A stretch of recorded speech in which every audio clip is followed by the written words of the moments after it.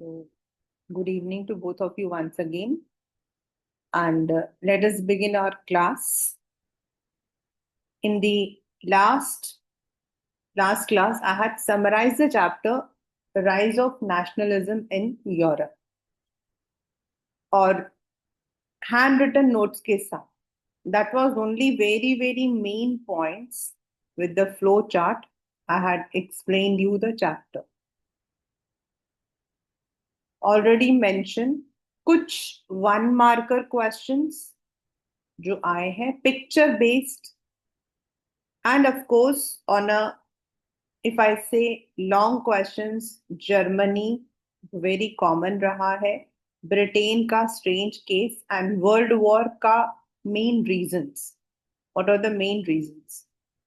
Then what were the measures taken by French revolutionaries? This is one of the very important question from the very beginning. Then what were the main features of Treaty of Vienna, Napoleonic Code 1804. These 6 questions are some of the repeated questions in the boards. Rest बाकी जो है एक आध questions रहे हैं जो कभी कभी बहुत कम आए हैं, बहुत कम. Yes, believe me, there is 20 marks का है, तो definitely you have one pictorial question, one question from the MCQ से आपकी 2-3 आ जाते हैं. Then you have the source-based question, 4 marks. That is a passage-based question आपका आ जाता है. And then 5 marks का. तो जो question अगर जो मैं बोल रही हूँ सिलेसिया का जो revolution है, then how language or culture played, they come but they are all in choice. So let us start. I have underlined the very main ideas, and this is completely the book only. ये book ही है, उसी को मैंने जो है सिर्फ और सिर्फ वो पॉइंट्स जो आपको बहुत ज्यादा जरूरी है पढ़ना वो लिया.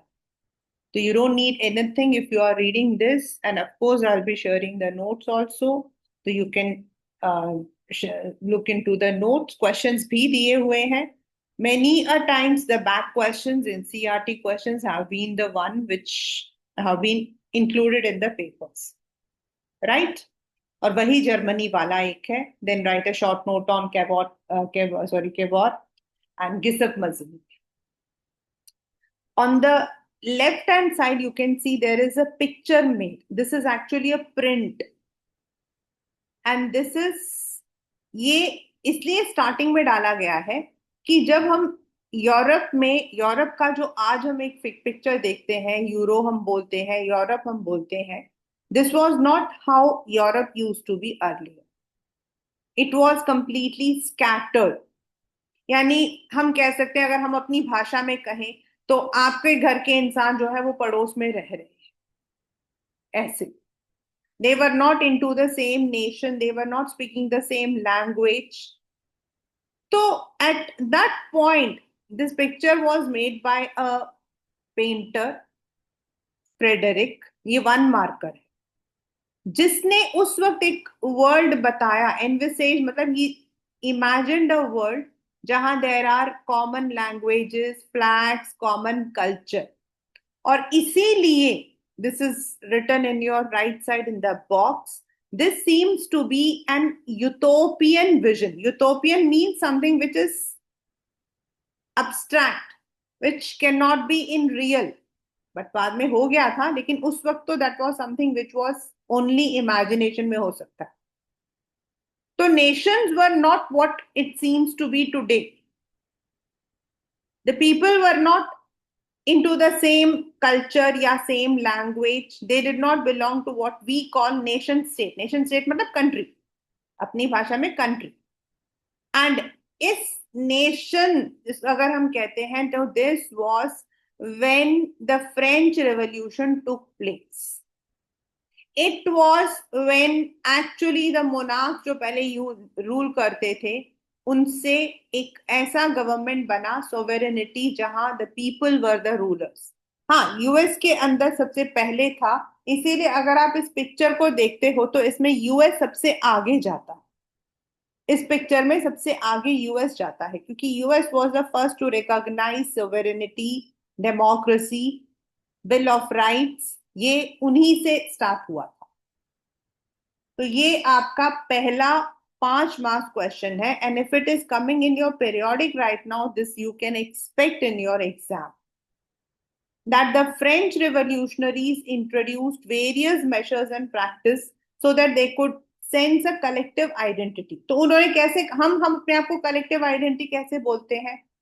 Because we are living in India, because our national flag is tricolor, because our राष्ट्रीय भाषा, अगर हम कहते हैं national language is Hindi, we have a national anthem. तो ऐसा उन्होंने भी एक रेवोल्यूशन लिया, जिसमें उन्होंने सबसे पहले जो लिया था वो था ला पेत्रे। ये 1 मार्कर क्वेश्चन है। Idea of fatherland. फादरलैंड, हम मदरलैंड बोलते हैं, फादरलैंड। एंड द पीपल, पहले क्या होता था जब राजा लोग होते थे ना, तो the people were not called as people, they were called as subjects. क्योंकि राजा का हक होता था उनके लिए सारे लॉ बनाने, उनको लॉ फॉलो करना पड़ता था, उनके पास अपनी कोई ड्यूटीज या अपने राइट्स नहीं होते।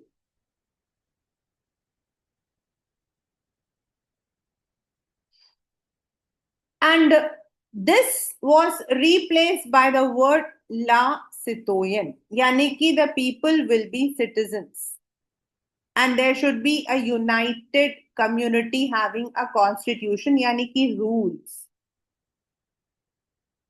There was a French flag which was design, जो पहले रॉयल स्टैंडर्ड का था उसको रिप्लेस किया। Again this is all a 1 mark also. And you also know that in the French there were 3 estates, that is the first estate, second estate and third estate, और इनके representatives होते थे estate generals, और इन्होंने बनाया था national assembly. New hymns mean songs were composed, oaths were taken, martyrs were commemorated, a centralized administrative system जो है उन्होंने कोशिश की, यूनिफॉर्म लॉ लेकर आने की कोशिश की। जो ड्यूटीज एंड ड्यूज होते थे, पहले क्या होता था, एक देश के अंदर अगर इंसान एक जगह से दूसरी जगह जाता है तो every place they had to give the duties. अभी आप पढ़ोगे जॉल्वेरन में। Then the system of weights and uniform measures were not there. उसको लेकर आए, फ्रेंच को लेकर आए as a common language. So these were the measures which were taken by the French revolutionaries. Please, अगर आपके पेपर में ये आएगा, if it is coming right now, if you are having first term or PT, this may come. तो धीरे धीरे धीरे क्या हुआ, ये सब जो चीजें स्टार्ट हुई, तो there were number of political clubs. French army आने लगी, इस आइडिया को हर जगह पर लेकर गई, and then there were number of reforms form. After the death of Robespierre there was a small, आपको याद होगा 9th स्टैंडर्ड में था, this is all 9th standard. There was a small government called directory. After that Napoleon became the ruler of France, and he introduced the Napoleonic Code 1804. और what were the main thing? 3 marker question है ये. This is the 3 marker question. Napoleon जो है उसने पहले जो आपके estates को मिलता था प्रिविलेजेस, फर्स्ट एस्टेट और सेकेंड एस्टेट को मिलता था, उसको हटा दिया। एवरीवन वाज इक्वल, सबको प्रॉपर्टी खरीदने का राइट था। Then he exported this code to all the other areas. Administration को उसने इजी किया, फ्यूडल सिस्टम हटा दिया। पीजेंट्स पहले सर्फडॉम यानी कि बॉन्डेड लेबर की तरह काम करते थे, और उनको जो है they had to give the manor, manor होता उनका मालिक, उनको ड्यूज देते थे, वो हटा दिया। सारे रेस्ट्रिक्शंस इन द बिजनेस हटाया, ट्रेड ट्रांसपोर्ट कम्युनिकेशन को इम्प्रूव किया, uniform law, common national currency लेकर आया। लेकिन why he fell down? Because it is said that जैसे जैसे उसका पावर बढ़ रहा था, उसने टैक्स, देन फोर्स्ड कंस्क्रिप्शन, जबरदस्ती लोगों को आर्मी में भर्ती करना, मीडिया पर सेंसरशिप लगाना, एंड अपने आर्मी को यूरोप के हर जगह पर लेकर वहां पर कंट्रोल करने की कोशिश की। And that is why there was a war against him, and he was defeated in the Battle of Waterloo in 1815। और यहां से आपका जो शेप है अलग हो गया, राइट। नेपोलियन कोड आपके आ सकता है, in which battle he was defeated आ सकता है, that is battle of Waterloo 1850। You don't have the map question from this chapter, you have the map from nationalism in India. तो as I said, पहले आपका Europe कैसे divided था? It was divided into kingdom, duchies, canton, यानी कि जो आपके Prince वगैरह होते थे वो रूल करते थे, एंड उनके अपने टेरिटरीज थे। Like eastern and central Europe जो था वो ऑटोक्रेटिक मोनार्क्स के पास था। ईस्टर्न मतलब आपका पोलैंड, रशिया के पास वाला जो एरिया, वो central. They did not see themselves as sharing a collective identity, सब अलग अलग भाषा बोलते थे। द हैप्सबर्ग एम्पायर, ये 1 मार्क का क्वेश्चन एक बार आया था, जो ऑस्ट्रिया एंड हंगरी सेंट्रल के नीचे आता है। यहाँ एल्पाइन रीजन है, द टायरल, ऑस्ट्रिया, सुडेटलैंड, बोहेमिया। यहाँ पर भी जर्मन स्पीकिंग लोग थे ज्यादा से ज्यादा predominant. Then there were Italian speaking, वो भी इसमें इंक्लूडेड थे। Then some other were different dialects. In Galicia the aristocracy spoke Polish, Poland की भाषा, एंड उसके अलावा जो कॉमन लोग थे वो अलग अलग भाषा बोलते थे। देन देवर बोहेमिया, स्लोवैक्स, आपका स्लोवैक्स चेकोस्लोवाकिया वाला जो एरिया है, क्रोएशिया। ऐसे पूरा अगर आप यूरोप को देखते हो तो you will see the people were living in together but speaking different language. And जो वहां पे किंग होते थे वो ऑटोक्रेटिक, मतलब देवर परमानेंट, उनके बाद उनके घर वाले, there was no rule, there was no election, there was no constitution, ऐसा कुछ नहीं। सोसाइटी अगर हम देखते हैं तो जिनके पास प्रॉपर्टी होती थी, लैंडेड एरिस्टोक्रेसी, देवर डोमिनेंट, उनका आपस में रिश्ते चलते थे, स्कूल्स जा सकते थे वो लोग, they could marry each other, they had lots of estates, देवर। फ्रेंच को हमेशा जो है ग्रेट माना जाता, अभी भी अगर आप फ्रांस चले जाओ and if you don't know French, it's of no use. Means at least you should know 10 to 15 words which you are able to speak up. वो लोग इंग्लिश वगैरह नहीं बोलते। In fact most of the time हमारे यहाँ तो ये होता है कि भैया हमने पनवाड़ी से पूछा, भैया इस घर का एड्रेस बता दो, और वो हमें घर तक पहुंचा देगा। वहां पर they don't even care. And French, it's very dominant, you must know the way they speak up, and it's even when you are going to France, वो लोग पहले से आपको बताते हैं। बाकी कंट्रीज में ऐसा कुछ नहीं, you go to Germany they would speak English, you go to Switzerland, you go to, but जहां फ्रेंच डोमिनेशन है वहां रहता है, इसलिए French language was very powerful.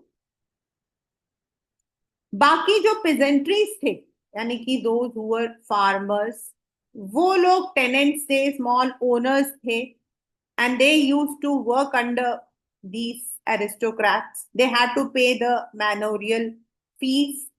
और अलग एक पॉपुलेशन थी जो थी वर्किंग क्लास। जो धीरे धीरे धीरे बन रही थी, those who are going to school, educated, administrators, lawyers, teachers, businessman. And यही लोग थे जिनके अंदर ये बात समझ आई कि why the rich are ruling the poor, why does the king put force on us. तो देर वॉज वन वर्ड जो उन सब के बारे में आया, जो कि हमने बाद में लिया अपने कॉन्स्टिट्यूशन के अंदर। We have the word called liberty, we have the word called liberty. And this ideology of liberalism was taken by the Europe only. Liberalism means one marker question. जो मैंने ग्रीन में मार्क कर रखा, one marker question means free. It's a Latin word. आपके paper में आता है. It has been taken from Latin. इसका नाम क्या है? French, Greek. This is a Latin word. And इसमें जो मिडिल क्लास थे, professionals, teachers, doctors, businessman, they all were the one who were involve. उनका मानना था कि they were paying the taxes, they were working, they wanted everyone should be equal before the law. तो there were number of people, हमने ninth में पढ़ा था, Robespierre, sorry Robespierre कह रही हूँ, जॉन लॉक, जिसने काफी चीजें लिखी थी। There were number of scholars, those who had written about what should gene, then Rushe, they had all written about what is the government about। और वो यही चाहते थे, the government should be formed with people, there should be no private property, property should be for everyone। then अगर हम बोलते हैं कि economic, because the businessman had to pay number of taxes, and if you go from one place to another, अभी आपका क्या है, मान लो कि आप कपड़ा खरीदते हो, if you are buying a cloth, 1 meter 100 centimeter, 1 meter 100 centimeter, but in those days it had different meanings। हर एक स्टेट के अंदर अपनी एक मेजरमेंट होती थी, और जो बिजनेसमैन होते थे उनको टैक्सेस उसी के अकॉर्डिंग देना पड़ता था जैसा उनका मेजरमेंट होता है।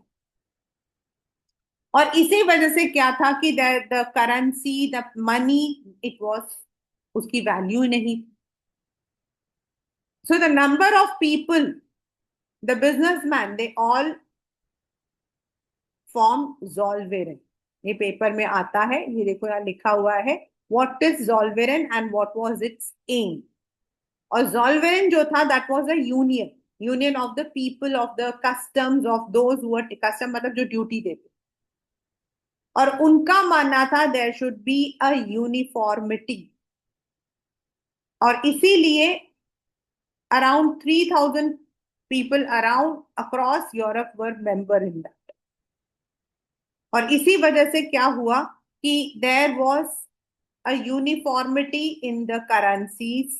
बिकॉज पहले क्या होता था, एक इंसान अगर जा रहा है, ए मीन्स कपड़े का measurement, somewhere it would be 55 centimeter, somewhere it would be 90 centimeter, so the businessman had to pay the taxes accordingly। और इसीलिए this was done, right? तो अब आता है कि 1815 में जब बैटल ऑफ लू हुआ, उसके बाद नेपोलियन हार गया। then what happened? The Treaty of Vienna was hosted. It was hosted by the Austrian Chancellor Duke Metternich। और नेपोलियन को किसने हराया था? Britain, Russia, and Austria. And this, ये जो कांग्रेस था, कांग्रेस मतलब मीटिंग, कांग्रेस मतलब मीटिंग, एक्चुअली कांग्रेस का मतलब होता है असेंबली। इन लोगों ने एक नया रूल्स तैयार किए। उन्होंने क्या किया, द बोरबोन डायनेस्टी जो कि ओवरथ्रो हो गया था जुलाई अपराइजिंग में, उसको वापस पावर में लेकर आए। एंड जो टेरिटरीज फ्रांस ने लूज कर दिया था उसको वापस डाला, फ्रांस के बाउंड्रीज बनाई so that it is not expanded. Then Netherlands, उस वक्त में Netherlands included Belgium, it was in the north side of France, and Geneva was added to Piedmont. Piedmont is आपका इटली के पास। प्रशिया जो है it was very powerful, it was in fact आज की day में हम उसको जर्मनी बोलते हैं। एंड ऑस्ट्रिया जो है it was given the control of northern Italy, क्योंकि नॉर्दर्न इटली के ऊपर है आपका Austria, so it was given the control, उसको इस तरीके से कंट्रोल दे दिया। यानी Austria was ruling over Italy, and Russia जो है it was ruling over part of Poland. Saxony which is now part of Germany was ruled by Prussia, और इस तरीके से that new map was made. And they wanted only the conservatives, the old dynasty should rule. There should be no dictatorship like Napoleon. There should be no democracy or something like that. The conservatives were autocratic. 2 marker में आ सकता है। क्यों? आप general में समझ के भी जाओगे तो भी बहुत है। You can write it in your own words. They did not like anyone to criticize them. कोई उन्हें क्वेश्चन नहीं कर सकता था। दे इम्पोज सेंसरशिप, कोई भी उनके खिलाफ आवाज नहीं उठा सकता था through any media, and that is where the revolution started, क्योंकि लोग कंजर्वेटिव से खुश नहीं थे, लोग कंजर्वेटिव से खुश नहीं थे। There were people who were secretly making political clubs like गिसेप मजनी। गिसेप मजनी जो है वो जिनीवा में मतलब कि पैदा हुए थे, and he was sent to exile. उस जमाने में तो जंगल में भेज देते थे, बट उन्होंने एग्जाइल में रहकर भी 2 सीक्रेट सोसाइटी फाइंड किया था, young Italy and young Europe. ये आपका राइटर शॉर्ट नोट भी आ सकता है। And what were the 2 political clubs found by Giuseppe Mazzini भी आ सकता है। These are the 2 important questions. उन्होंने उसके अंदर अपने जैसे लोगों को, लाइक माइंडेड पीपल को लेकर आए, and it was with his this young Italy and young Europe the number of revolution could take place. और ऐसे कई सोसाइटीज फॉर्म हुए थे in France, Germany, Switzerland, Poland etcetera. और मजनी इतना पावरफुल था कि ड्यूक मेटरनिच उसको बोलता था the most dangerous enemy of social order. ये आपका जो है 1 मार्कर क्वेश्चन रहा है इन MCQ. Who called Mazzini as the dangerous enemy in the of Europe? तो जैसे मैंने बताया कि ऑटोक्रेसी थी, sorry, the conservatives were autocratic, they did not like anyone to criticise them, the people were unhappy. जो Bourbon dynasty थी, they were constitutional monarchy, but yet जैसा लोग चाहते थे वैसा नहीं था। इसीलिए मेटरनिच ने बोला था, if when France sneezes the rest of Europe catches cold, मतलब फ्रांस में जरा सा कुछ हो जाए और पूरे यूरोप में वो चीज फैल जाए। France was the one where the French Revolution took place. जब जुलाई में रेवोल्यूशन हुआ था तो बेल्जियम जो है वो यूनाइटेड किंगडम ऑफ नीदरलैंड से अलग हो गया। पहले वो नीदरलैंड का हिस्सा था, but later on it was, वो अब अलग है। Belgium is right now a separate country. If we start with, इसमें आपके पेपर में क्वेश्चन आता है कि which poet organised funds and later went to fight, और दूसरा क्वेश्चन है which treaty recognise Greece as independent nation. तो Greece, it is said to be the cradle of European civilisation. मतलब जितने भी हमारे सिविलाइजेशंस हैं जितने भी हम लोग गॉड वगैरह के बारे में बात करते हैं, in fact in 11th history we have all of them about Europe, तो they had their own significance. लेकिन your Greece unfortunately Ottoman empire का हिस्सा बन गया। Ottoman is a Turkish empire, Islamic, and they did not want to be under them, वो उनके under नहीं रहना चाहते थे। लेकिन वहां पर इतना ज्यादा कोई मूवमेंट नहीं हुआ, but they got the sympathy from people who like Greek culture, poets, artist, ये सब थे। एक बहुत ही माने हुए पोएट थे लॉर्ड बायरन। उन्होंने फंड्स ऑर्गेनाइज किया, इवन वो वॉर में गए, और ultimately with the help of the nationalist Treaty of Constantinople recognized Greece as an independent nation, and you have to write 1832 इसके साथ में लिखना। अब ग्रीस से हमें क्या पता लगता है कि culture, art, poetry, music, they all played a great role. मैंने क्वेश्चन भी ऊपर डाल रखा है कि इस पोर्शन से क्वेश्चन क्या आया हुआ है।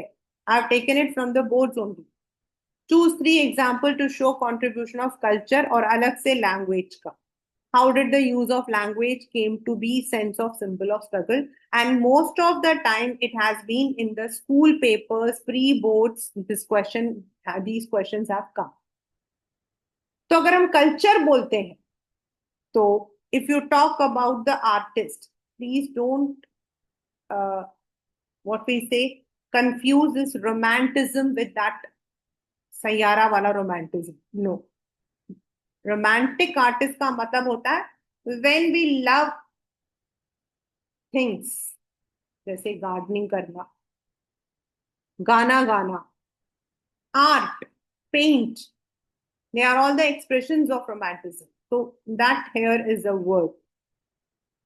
तो वो लोग जो है they used to glorify emotions, intuitions, उनको हम बोलते हैं romanticism. There was people, ये सब कुछ 1 मार्क में भी आया है क्लास 10।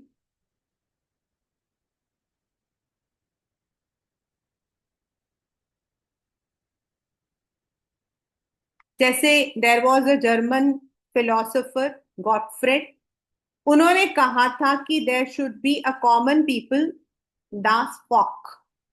इट्स नॉट VOLK वॉक, इट इज फॉक। फॉक्स वेगन होता है, वॉक्स वेगन नहीं होता। ये वर्ड आया था आपके पेपर में। एंड ही सेड फॉक्स डिजिट, यानी कि true spirit of nation. Karol Kurpinski, वो अपने डांसेस, अपने सॉन्ग्स में, कंसर्ट में गाने गाते थे। Two German brothers, the Grimm brothers, उन्होंने फोक टेल जो बच्चों के थे उससे जर्मन कल्चर को लेकर, जैसे हमारे यहाँ होता है लोक संगीत, हम पंचतंत्र की कहानियां पढ़ते हैं, वैसे उन्होंने जो है बुक्स बनाई थी। तो कल्चर को, लैंग्वेज को, पोएट्री को, स्टोरी को, आर्ट को सेलिब्रेट करते थे, लेकिन उस सेलिब्रेशन के अंदर वो नेशनल स्पिरिट को डालते थे। लैंग्वेज के लिए अगर हम देखें तो रशिया के पास पोलैंड था, और उन्होंने पोलैंड का जो मेन लैंग्वेज है पॉलिश, उसको जबरदस्ती हटा दिया स्कूल से। उन्होंने फोर्स किया कि Russian language should be taught. और जो पोलैंड के क्लर्जीज थे, यानी कि चर्च के जो हेड होते थे, उन्होंने अपने चर्च गैदरिंग्स में रशिया का कहना ना मानकर they used Polish as a language, और इन बेचारों को साइबेरिया भेज दिया जाता है। Siberia is in the North Pole, extreme weather condition.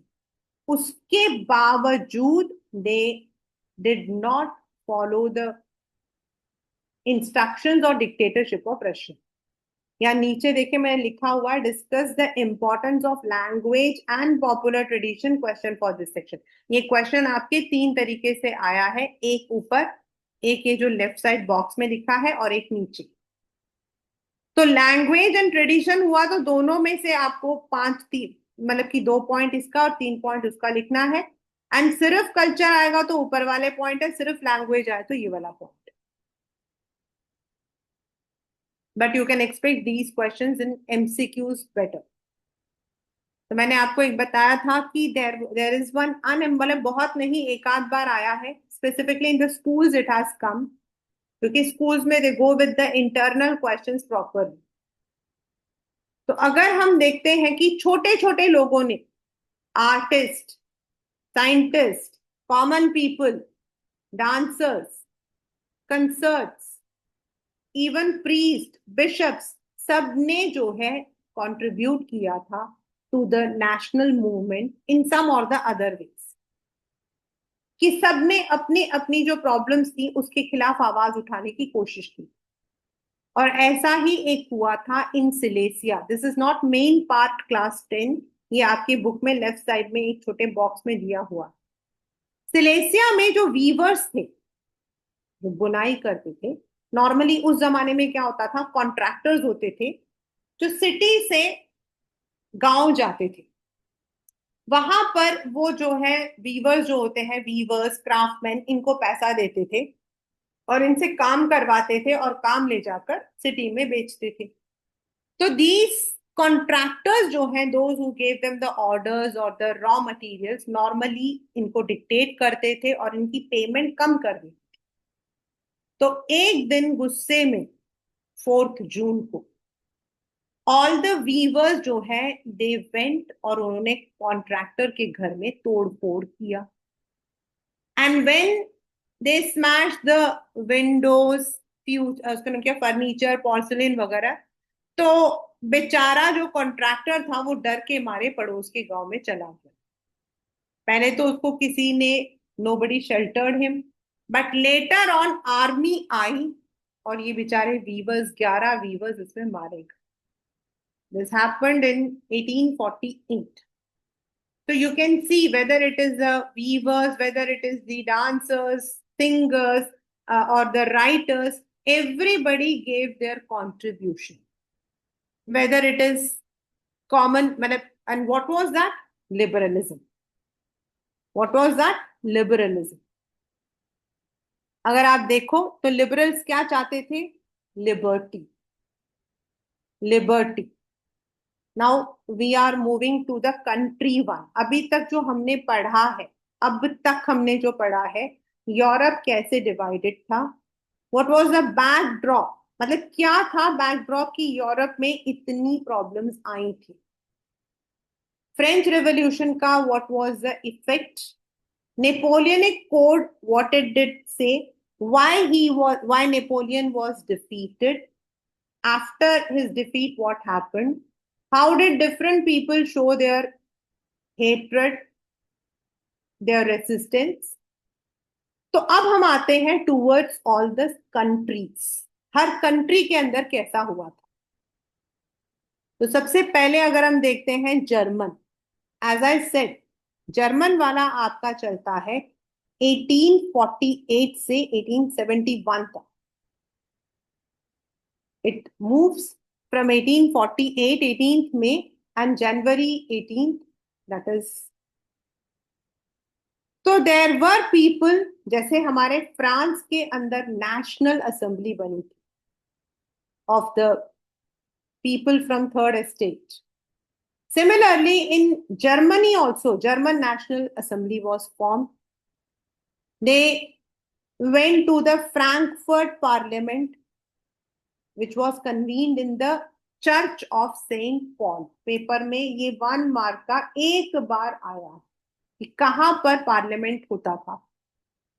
वहां उन्होंने कॉन्स्टिट्यूशन को ड्राफ्ट किया and they gave it to Wilhelm, जो किंग था वहां का, उस वक्त का जो राजा था, the king Wilhelm Frederick Wilhelm, उसको दिया that Germany should adopt a constitutional monarchy.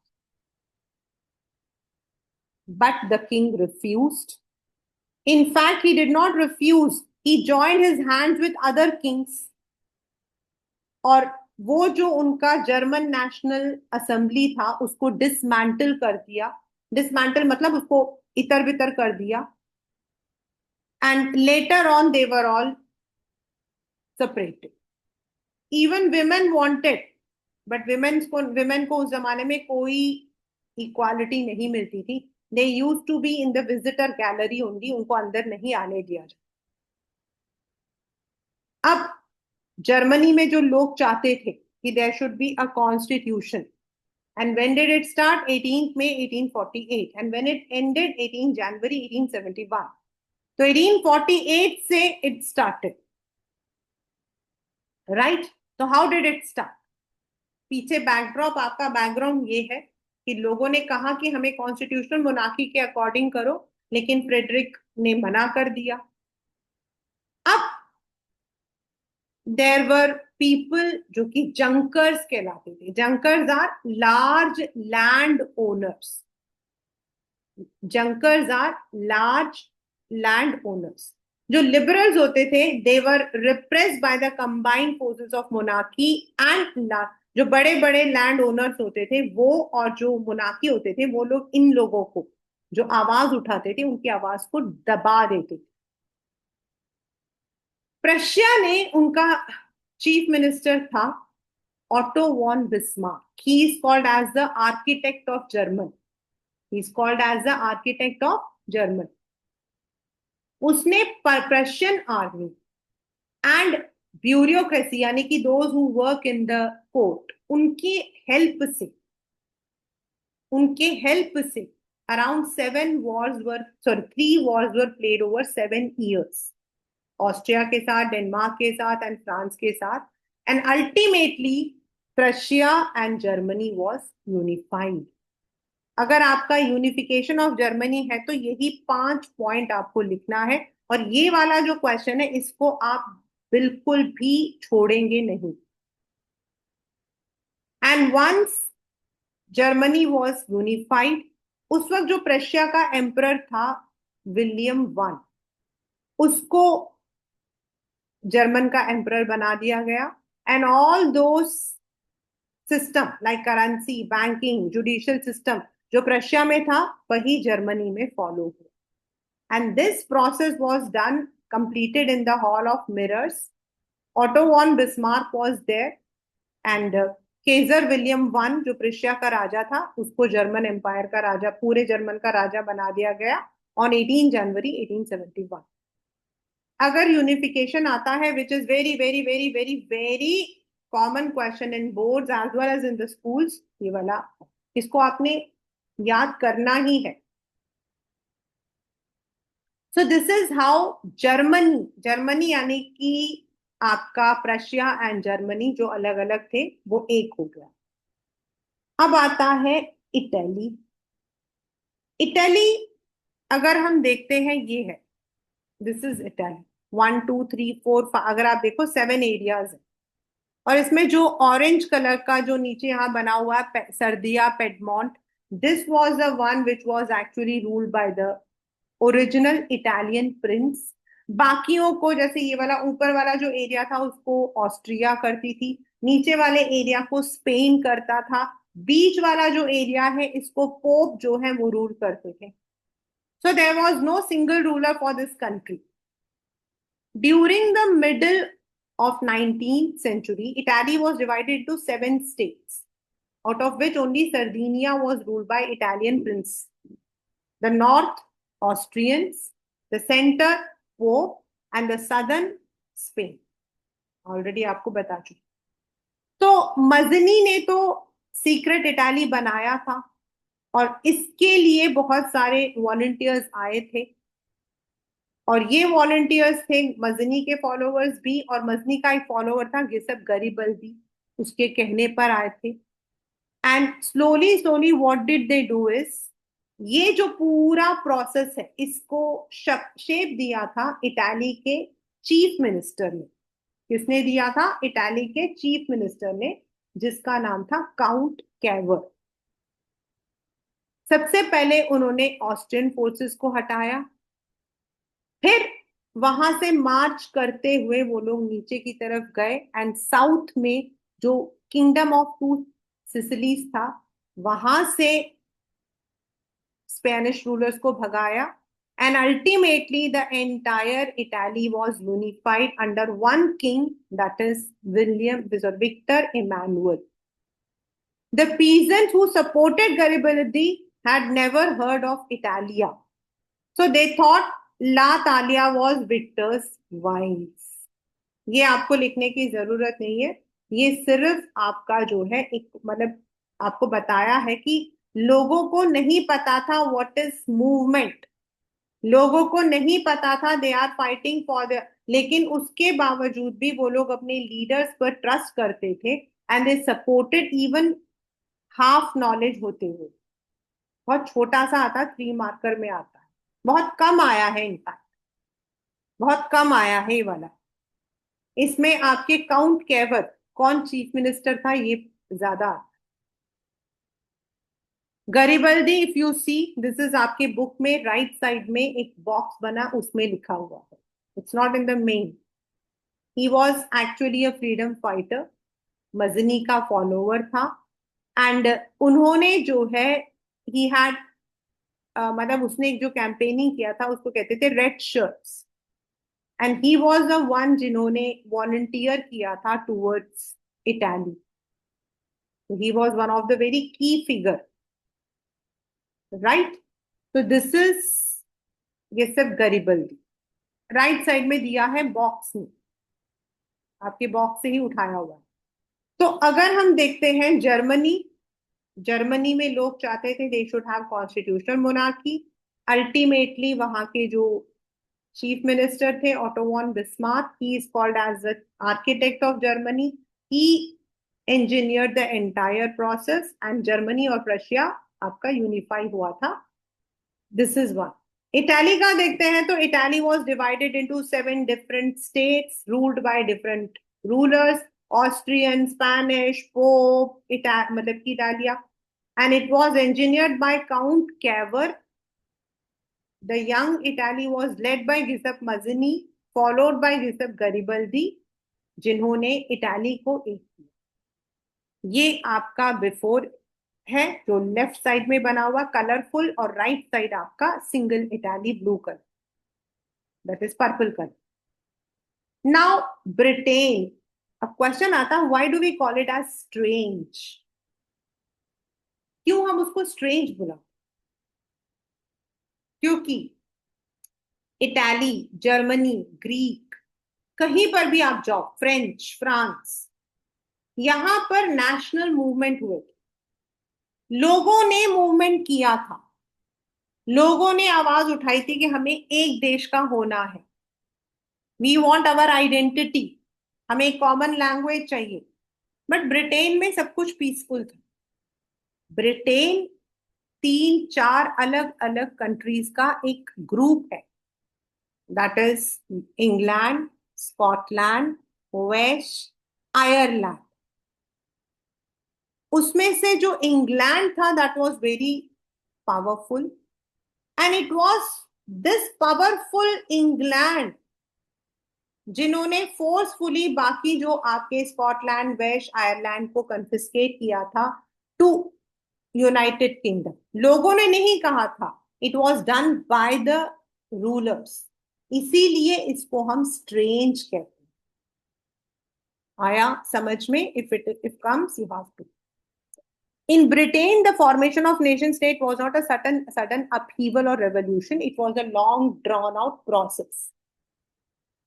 There was no British prior to 18th century. The primary identities who inhabited the British Isles were, Isles means islands, English, England, Welsh, Scot or Irish. All of them had their own culture, all their political tradition.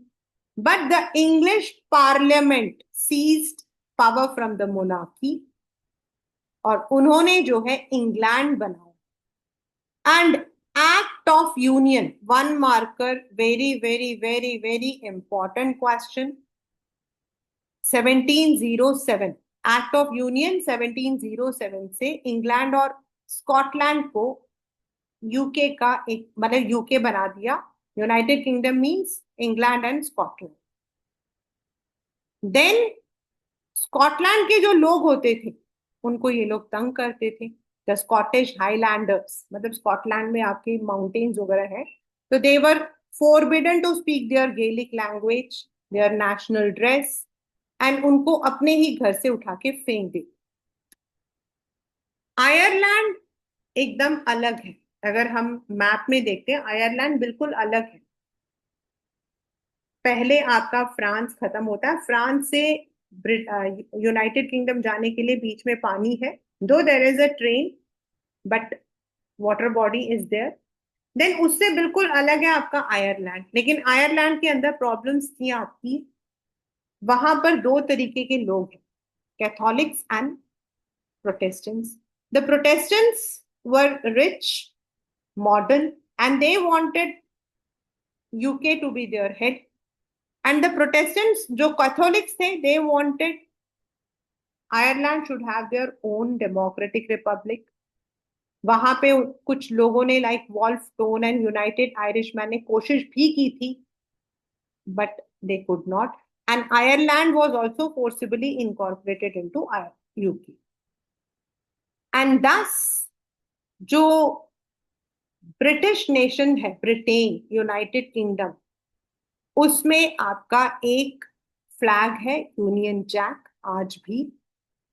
There national anthem, God save the our king, and English language is their main language.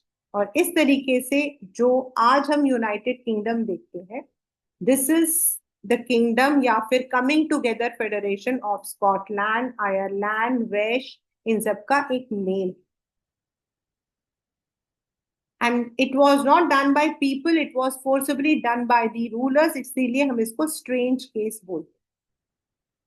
ठीक है, तो this is how different Nations were incorporated into one.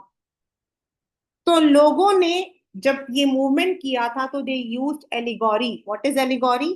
वैसे तो allegory हम लोग poetic device कहते हैं, but allegory होता है एब्स्ट्रैक्ट आइडिया। अब हम क्या बोलते हैं, भारत माता, और जब 15 अगस्त होता है तो छोटी छोटी लड़कियों को वो व्हाइट कलर की साड़ी बनाकर उसमें तिरंगा बनाकर उसके सर पर एक वो लगा के देते हैं, और हम उसको एक आइडिया मानते हैं कि मतलब कि जो मदर लैंड है वो ऐसी हो। So they used various allegories like Germania, the German mother, Marianne, French के लिए, then oak leaves for the heroism, ये आपके symbols हैं, symbolism, broken chain, they used best place, crown of oak leaf, sword, olive branch, black, red and gold tricolor, rays of rising, ये वो use करते थे while they led these movements। तो इस तरीके से आज हम जो यूरोप को देखते हैं उसका शेप अप हुआ। लेकिन फिर क्या हुआ जब ये सारे, मतलब जर्मनी एक हो गया 1871 में, फ्रेंच रेवोल्यूशन से फ्रांस का एक हिस्सा बन गया, ट्रेटी ऑफ वेना से बाउंड्री सेटअप हो गई, then what happened? There is one simple reason which is called as Balkans. One marker question आता है, वन मार्कर, जो आज के मॉडर्न डे में Romania, Bulgaria, Albania, Greece, Macedonia, Croatia, Bosnia, इन सब का एक पूरा गुच्छा था, और यहाँ के रहने वालों को बोला जाता था स्लैव्स, और they were all under the Ottoman empire. अब ये जो बाल्कन के जो लोग थे, वो लोग चाहते थे उनके अपने नेशनैलिटी के आधार पर उनको इंडिपेंडेंस मिल जाए, and they use to fight over each other, आपस में ही लड़ते रहते थे। And but this area was completely resourceful. तो जो बिग पावर्स थे, रशिया, जर्मनी, ऑस्ट्रिया, इंग्लैंड, सब चाहते थे कि इस एरिया पर उनका कंट्रोल आ जाए, और वो आपस में लड़ने लग गए।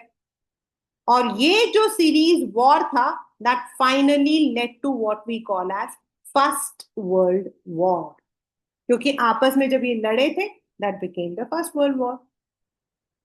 Germany was supported by Japan, Italy, उनका ट्राइपेटिक हुआ, रशिया को इनिशियली यूएस ने सपोर्ट किया, और इस तरीके से सारे के सारे बड़े नेशंस भी इसमें कूद पड़े, जिसकी वजह से वर्ल्ड वॉर वन हुआ था 1914 से 1918। If you see this picture, सबसे आखिर में दिया हुआ आपकी बुक में, ये पिक्चर है जिसमें लिखा है कि जो एंजल्स है, जो ब्रिटेन की है, they wanted to control the entire globe. और जो कॉलोनीज है लाइक इंडिया, अफ्रीका, इनको बोला जाता था एलिफेंट, टाइगर, फॉरेस्ट, यानी कि we were all primitive and they wanted कि they should rule over the entire world. Later on ये जो नेशनलिज्म था, दैट वाज imperialism. Imperialism का मतलब यही होता है when the rich nations want to control the poor nations. Ultimately all these led to the disaster in 14, that is आपका world war one. अगर पेपर में आपके क्वेश्चन आता है, बैक का क्वेश्चन भी है ये, why did nationalist tension emerge in the Balkans, या what were the events that led to world war one, तो ये वाले सारे पॉइंट आपको लिखने हैं।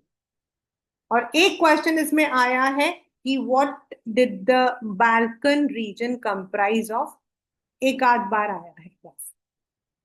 वो इसमें ऐसे दे देते हैं, Romania, Bulgaria, Albania, Greece, Macedonia, Slovenia, Serbia, Montenegro and all of these, ऐसे करके दे। So this is how a simple Europe को आज हम जो देख रहे हैं, the Europe which we see today, this Europe did not emerge what it was earlier. पहले जो था ऐसा नहीं था, यूरोप बिल्कुल अलग था। यूरोप के अंदर ईस्टर्न यूरोप, बाद में भी टेंशन्स रहे हैं, ईस्टर्न यूरोप अलग था, वेस्टर्न यूरोप अलग था। वेस्टर्न यूरोप आपका आज का France, Spain, Germany, Netherlands, Belgium. Eastern Europe आपका रशिया, पोलैंड, ये वाला एरिया एंड सेंट्रल। बट जो एक वेग हमारा जो नेशन वाइड था, it was not like that. Like if we talk about India, definitely India में अभी हम पाकिस्तान को अलग बोलते हैं, but it was part of India. तो भारत का मतलब था ये सारा एरिया, हम सब हिंदू थे या मुस्लिम थे, सिख थे, ईसाई थे, but we all spoke the same kind of language, had the similar thoughts. लेकिन ऐसा वहां पर नहीं था, लोग साथ में रहते थे लेकिन अलग लैंग्वेजेस थे, लैंग्वेजेस के अंदर ही सब लैंग्वेजेस थे। So, how it came into separate states like Germany, Italy, Britain, what events led to World War One, लेकिन इसका बैकड्रॉप क्या था, वो आपके जो है ये वाले क्वेश्चंस।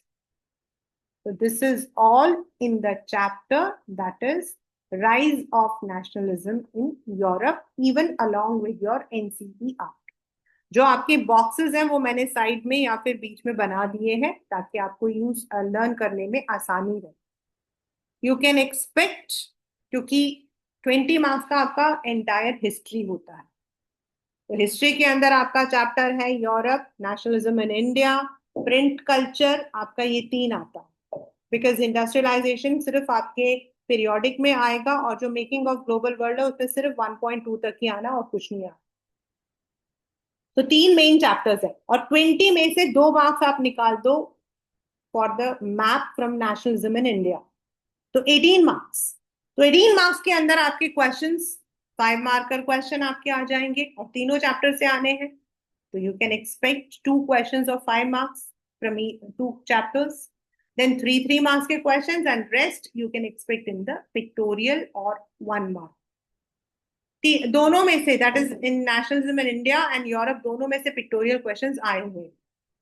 तो पिक्चर के क्वेश्चंस एक एक, assertion and reason one, then MCQ आपका इस चैप्टर का मैं बता रही हूँ, असर्शन रीजन वन हो गया, पिक्चर वन हो गया, ये एक हो गया, 3 मार्कर क्वेश्चन एक हो गया, और एक 5 marker question. That is what you expect from this chapter, right? So this is the chapter rise of nationalism in Europe in the NCERT words. I have already written the questions concept wise, या फिर आप कह सकते हो unit wise की उस particular area से क्या क्वेश्चन आते हैं।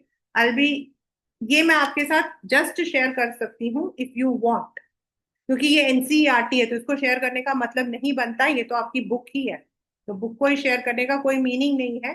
The only thing is I have written the questions about them, बस है तो पूरी बुक ही, तो बुक को करने का तो कोई फायदा नहीं होगा। I'll be sharing the notes of this chapter so that you are able to learn and the questions which can come. Right?